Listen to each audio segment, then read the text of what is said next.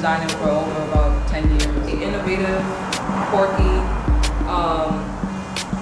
different.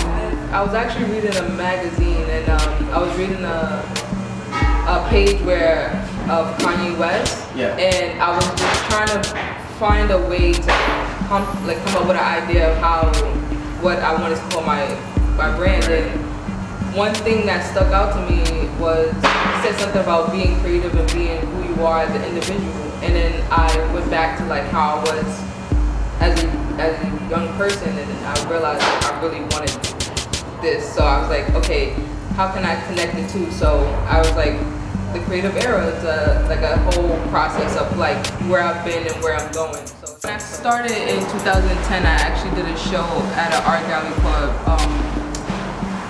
at the Renaissance Fine Art Gallery, and when I did it, it was the theme was art is visual, wearable, and functional.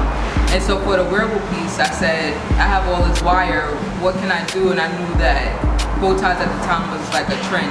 Yeah. So I said, okay, let's try to let's push it a little further and see if we could make a wire bow tie. So I knew that when I was growing up, I wanted to do something with either clothing or designing something.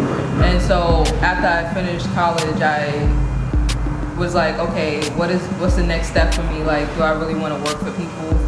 No. So I went on to creating the business, how can I make the wire bow ties to the point where people really want to buy it? Because when I first started out, they were terrible. So I had to do a lot of experimenting, building the brand, getting it out there, making sure that people know what it is.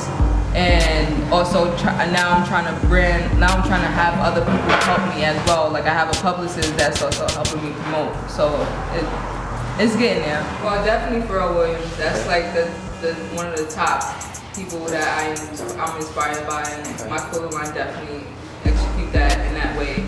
And the next person I would say is A$AP Rocky.